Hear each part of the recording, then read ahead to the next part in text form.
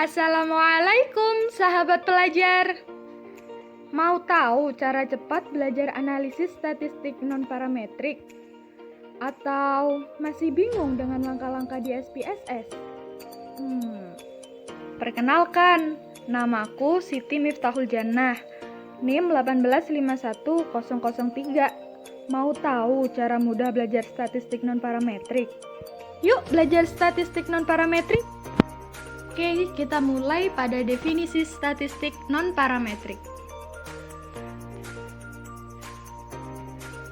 Statistik non-parametrik adalah teknik analisis statistik yang modelnya tidak menetapkan syarat-syarat mengenai parameter-parameter populasi yang merupakan induk sampel penelitiannya. Uji statistik non-parametrik ialah suatu uji statistik yang tidak memerlukan adanya asumsi-asumsi mengenai sebaran data populasinya, atau yang belum diketahui sebaran datanya dan tidak perlu berdistribusi normal.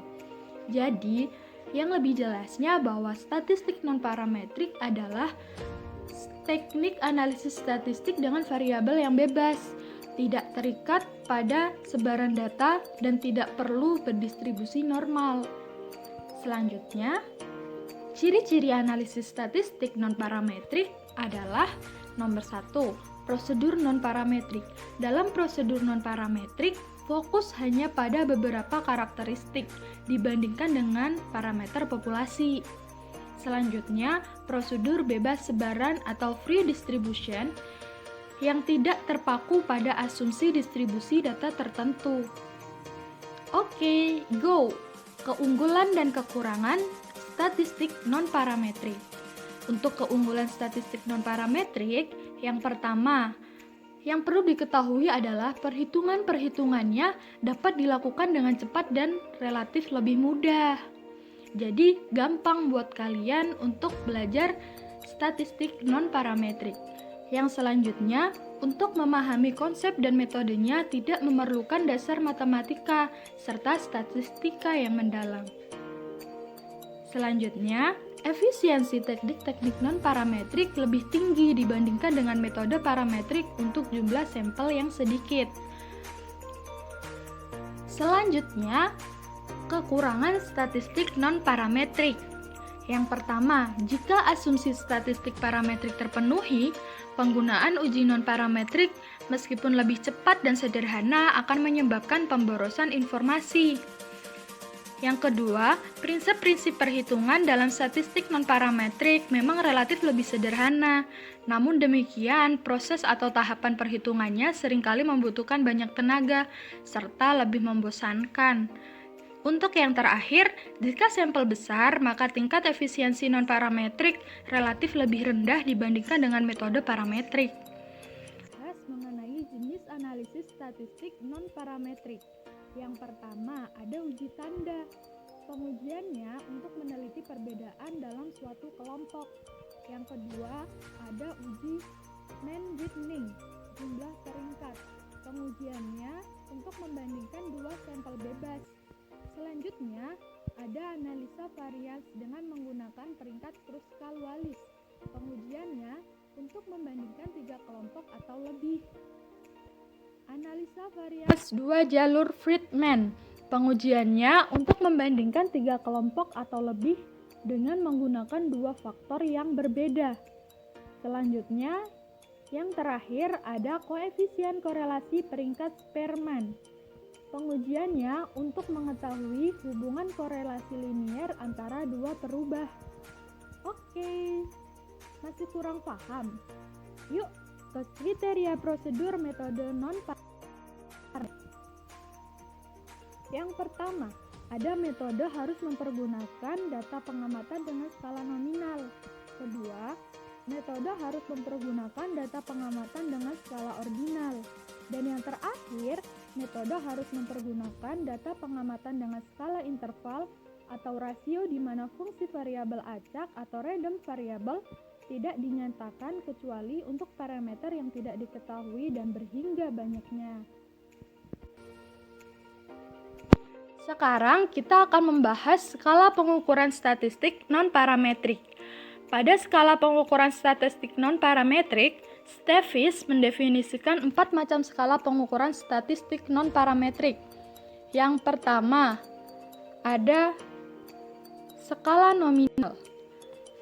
Pada skala nominal ini, sesuai dengan nama atau sebutannya, skala nominal membedakan benda atau peristiwa yang satu dengan yang lain berdasarkan nama atau atribut.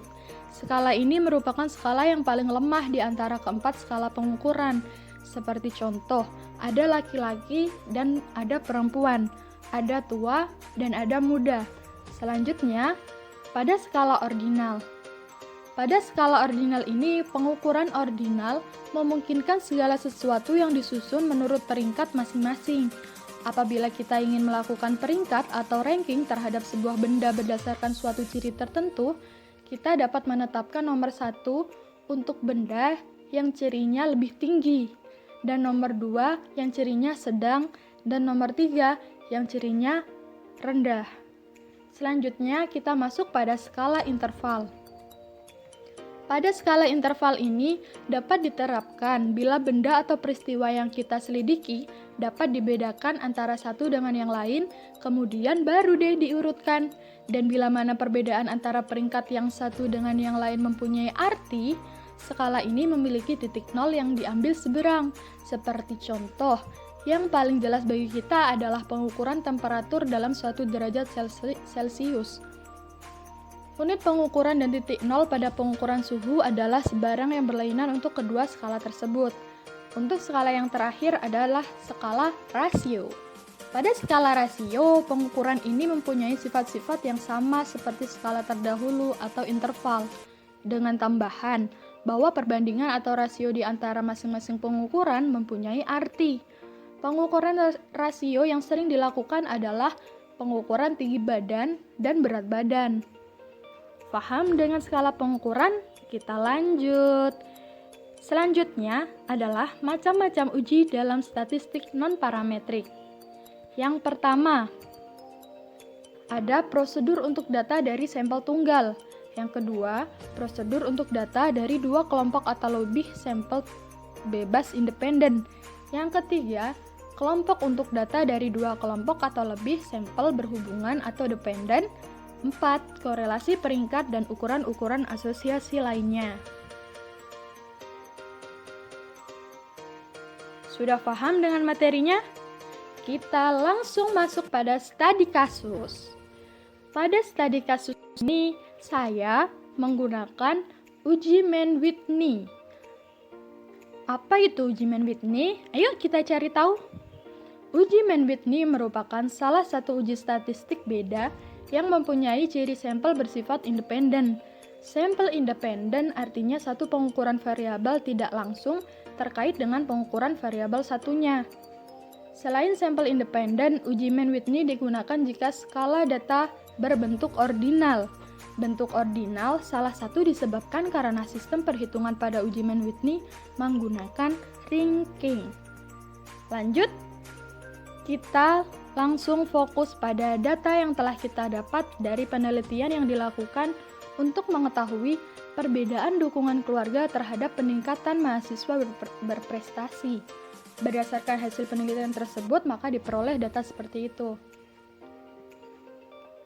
Oke, pada data ini terlihat bahwa terdapat kelompok dukungan keluarga sebanyak 12 dengan nilai pada mahasiswa berprestasi.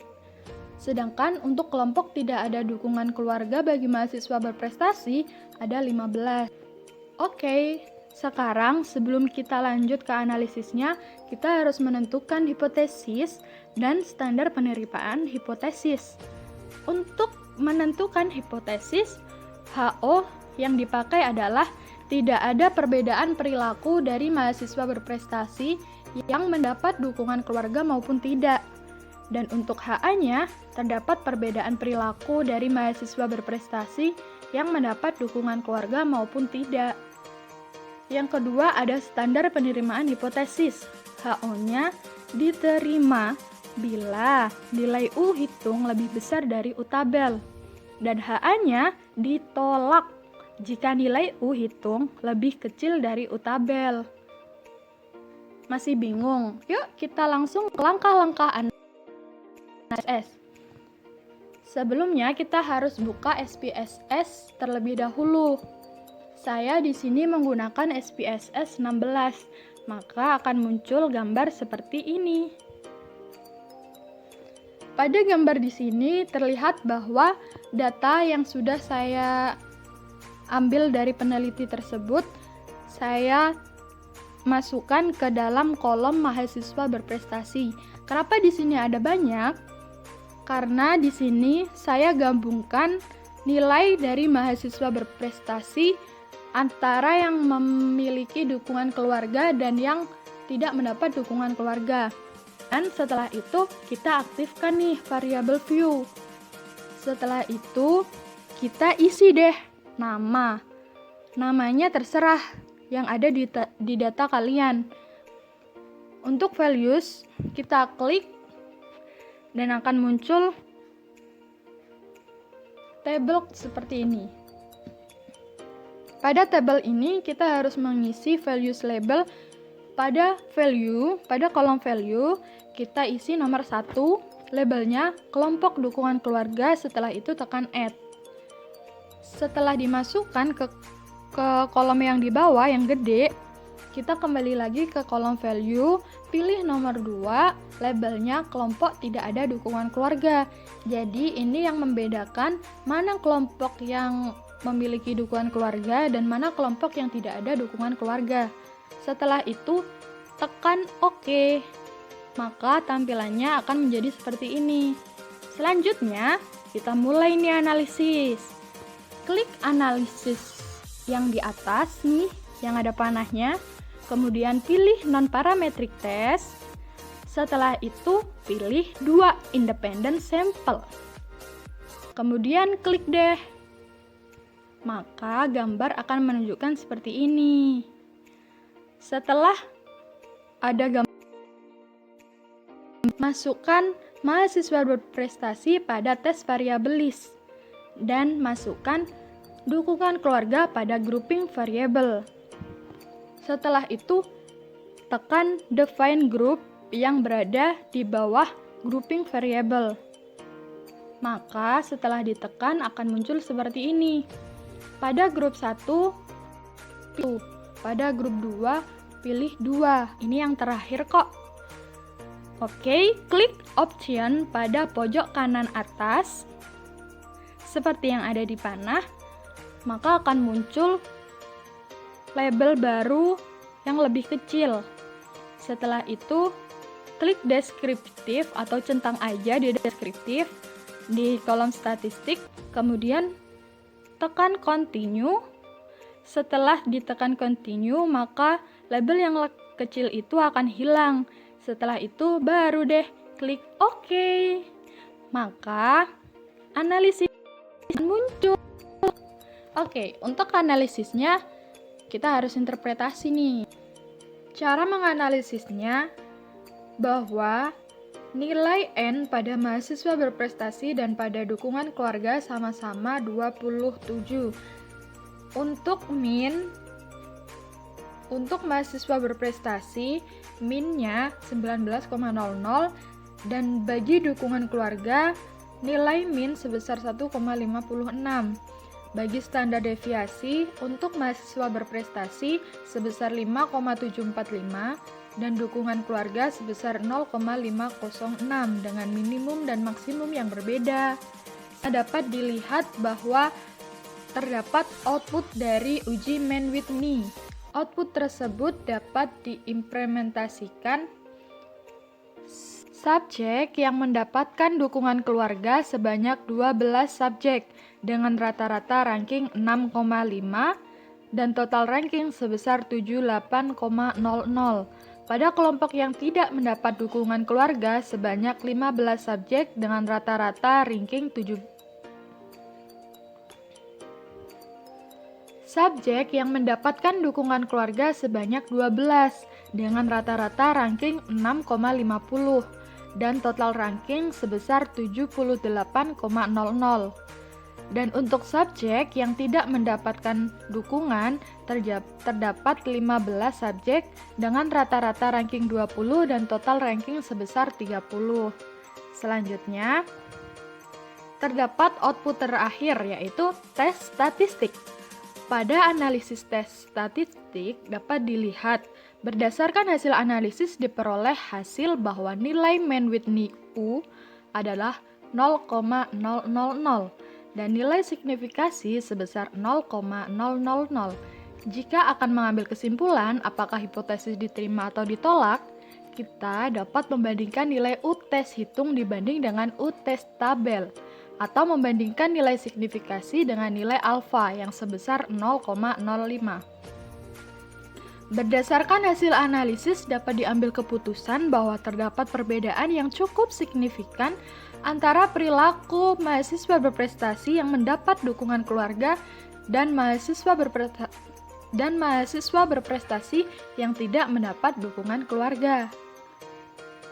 Berikut merupakan referensi materi yang tadi di atas saya jelaskan tentang statistik non-parametrik. Yeay, selesai! Gimana? Mudah kan? Cukup sekian dari saya. Wassalamualaikum warahmatullahi wabarakatuh. Jangan lupa like, comment, and subscribe. Sampai jumpa. Tell me pretty lies, look me in the face, tell me that you love me, even if it's fake.